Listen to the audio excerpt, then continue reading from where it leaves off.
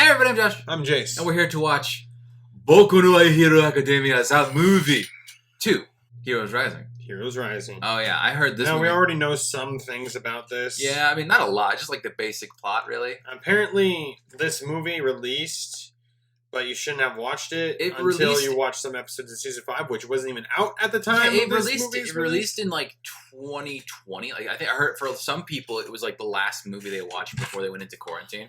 Because it was actually in theaters. Yeah, this might actually be interesting because I know something about the. I know some things about the main villain, which I'll slap myself for that later. Yeah, I mean, you told me we know things about the main bad guy. Yep. So the main bad guy, played by Johnny Young Bosch, whose autograph I got at Emerald City Comic Con. His name is Nine, and He's basically like a diet all for one. Yep. It's like just what he has is he has his own quirk, and he has a generic brand version of All for One that can only hold 8 quirks. 8? So wait. So he has his original quirk, right? And then they gave him the All for One, which can hold 8 more. So okay, 8. So then 9. Yeah. Does the ability to steal quirks count as a quirk? That's part of All for One. You know, I'm not even sure. I feel like that's more of like a overarching ability, like the ability to take and redistribute quirks. It's all packaged within All for One that can hold 8 quirks. I guess. Yeah. Because I mean, taking quirks and putting them back, that's not. Yeah. Do you know where this movie takes place? On an island. Right. I forgot about that. So in the first movie, it takes place on an island. The second movie, it takes place on an island. I swear to fucking God, if we watch the third movie and it's on another island, I'm gonna fly over to Japan and like burn it to the ground. Like, fuck your island. Fuck your island. Like, I believe the premise is that all the students are on this island doing their own thing without any pro-hero influence or guidance. So because they have to show that they're capable of this kind of thing. But I mean, I don't know entirely. So I don't think that could be the case. Well, I guess we're about to find out. Because I could see like a Racerhead being like their chaperone, but then like in the first fight of the movie, he gets injured, and then they have to take over for the rest of the movie. I'm just telling you what I heard, man. All right. And besides, they can't always rely on a Racerhead, so it makes sense to me that he would be there. Especially since they've already been through stuff that suggests they can't keep doing things on their own. Why are these movies so scared of taking place in the main setting? The school. Doesn't matter. Let's go. Patreon is a thing. Wait, no, yeah. Oh yeah, Patreon is a thing. It exists. It exists. It's a thing that exists. And just to let you guys know, since this is a movie, if you guys want to watch the full length of the movie, just no reference footage, it'll be all you gotta do is go to the link in the description to our Patreon, pledge $1, then you can watch the full length of the movie. You just gotta provide your own reference footage. So yeah, this came out around the same time as like the overhaul arc, and I heard that the animation suffered for it, or like that season 4 kind of suffered for it. Which I didn't really feel that way. Did you? I mean, we're watching everything at a time, so I mean, but like, yeah, I want to know, like, did they actually spoil stuff in this? You know, how much did they spoil? I'm taking notes. Does Deku have Black Whip here? I could see that being a possibility. Like what the fuck?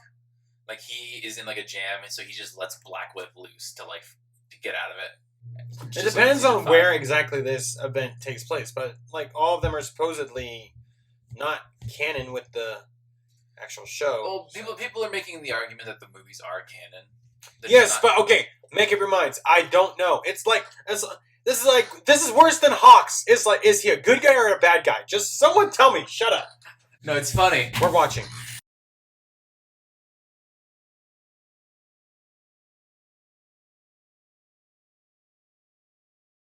Holy shit! That's a good movie. That was good. What do you think was better, this one or the first one? This one. This one. This one. Oh yeah. Not even a contest. This one. I know the villain is better.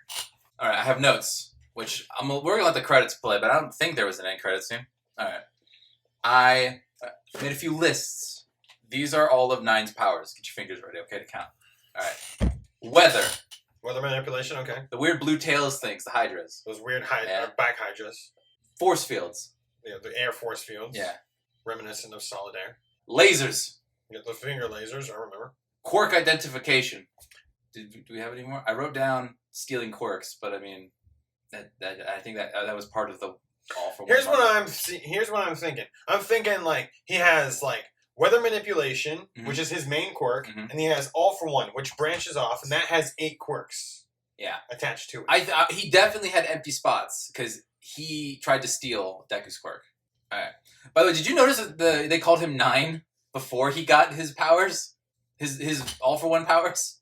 Yeah, that makes no sense. That is amazing. Like he, I don't remember if it was when he's like talking to the wolf guy for the first time, or if like there was no point you becoming a lab rat 9, but it just so happens that he got 9 powers. All right.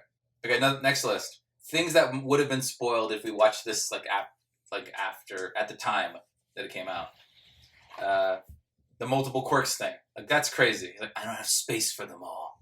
Tokoyami's flight. Tokoyami can fly. Endeavor's face scar. Hawks' premiere. Like if you watched it at the time, you wouldn't have seen Hawks. You would have just seen him in this. X catapult. It would have been really cool. You're right if they had like a team attack, but X catapult is the thing that Bakugo used when he was fighting Class B in season 5. He like spun around with the Mantis guy in his hand and then threw him. He goes X. Or used it offensively on the person he was holding on to. Yeah, he like sped him up and threw him, as opposed to like throwing Deku as a weapon. Yeah, there's no end credit scene. There's only 33 seconds left. Okay, there's no end credit scene. All right, Air Force. Pew pew pew pew. What are you talking about? Air Force, like the finger flicks of air. Deku did that in season 4. Yeah, but like the movie, I think it was the middle of season 4 was coming out. Like, you would have missed all the stuff at the end of season 4. Reciprocal turbo, but I mean, I don't think really people would have picked up on that, because it's just like another speed word. I mean, it's like, wait a minute, we wouldn't. It would have gotten spoiled, but I don't think we would have realized it was a spoiler. Mm-hmm. It's like, wait a minute, I thought it was reciprocal burst. Why did you say reciprocal turbo? It was just like a cool word. Maybe it's just because it sounds cool. I wrote down, I swear to God, if the third movie is them on a fucking island. You've already said that. Yeah. Tokoyami was actually in this movie. I'm happy for you. He wasn't in the first movie. He was, but he showed up for like 2 seconds. Yeah. And he was just. And in this, he got to not only is he flying around, he's hulked out. He doesn't get to do that often. You fiend, and then, yeah. Like he intentionally released like Dark Shadow in its like maximum power. Well, also he just got really mad. So what ended up happening was Bakugo and Deku, they grabbed hands and they transferred the power, I think, because they both had like cuts on their hands. So Deku's blood got into his body. I thought it would have been really funny. He's like, Kachin, I have a crazy idea. What? Spits in his mouth. I wrote down in all capital letters, Johnny Young Bosch, all capital letters. I love that man. I don't know who that is again. The voice actor who plays 9. I wrote this in my notes. At the time, I couldn't remember that his name was Katsuma because they hadn't said it enough. But I wrote down MacGuffin Boy. What's MacGuffin Boy? MacGuffin is a term for like the thing in the movie that they're after. Like the treasure, like in the Avengers, it was the Tesseract. For the Infinity War was the Infinity Stones, the MacGuffin. Thing that people are after. I called him MacGuffin Boy. Oh. And it's really funny that when 9, he picked up Bakugo and Deku with his fucking tail things, right? It's really fucking lucky that when he picked Chase, look at me. Look at me. Just look at me. I don't need to look at you. It's really fucking funny that when he picked them up, he held them like together so they could grab each other's hands. You know what I mean? It could have been like away, but no, just right there. For who? For Deku and Bakugo to grab hands. He held them close enough so they could transfer the quirk. But it could have. If I were him, I would have been like, no. Just a one-off. He didn't know about the transferring of powers. I know, but it's just lucky. Like even if he didn't know, so it's just lucky that he held them close together. You know what I think would have been? It's weird that Bakugo, he just gets amnesia and he forgets all about having One for All. You know what I think would have been a better ending? Is if like Bakugo and Deku have like that little thing where they chat with the previous users of One for All, and they're like, "Hey Bakugo, do you want this power?" He's like, "Fuck no! I'm gonna get stronger than All Might. Why would I want his power?" Yeah, but when it passes on from person to person, it gets stronger anyway. I know, but then, or you know what would have been better is if they're just like they're conscious after the fight.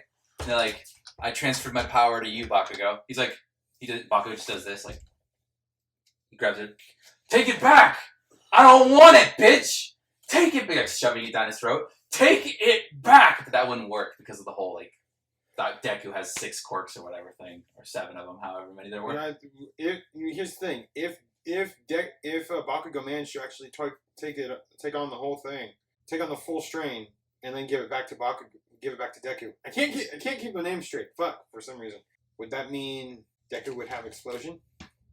And would Bakugo lose explosion?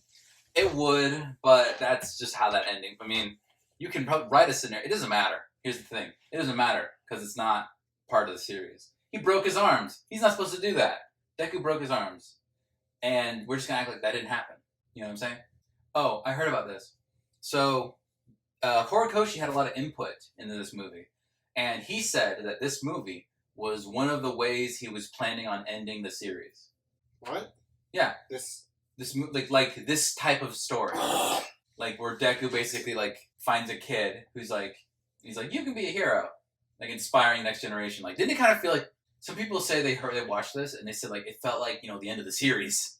But we didn't know. We knew that it wasn't the end of the series.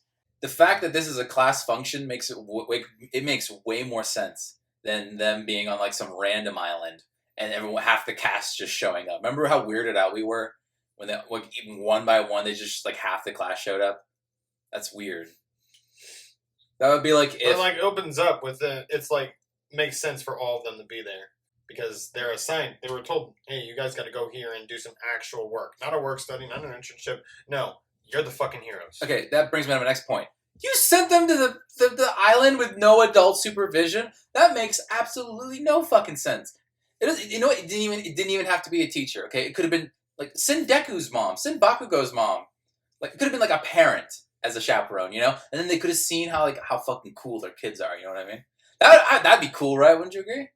But like, you can't, they're teenagers. They're not responsible. I mean, these ones are because it's anime, but I mean, teenagers. I'm just going to say there's no way that people aren't fucking, okay? The students. Doesn't matter how prestigious they are. They're horny teenagers. You can't just pretend like sex doesn't happen, okay? Josh. What? You are getting outside of the point. No. I believe I'm in the point, okay? I think we're not talking I'm not talking about this with you. I'm in the point. I'm Jace. Goodbye. Goodbye. You can't acknowledge the fact that I'm in the point and I'm not pulling out. You can do whatever the hell I want. Wait, come back. Can we finish the video?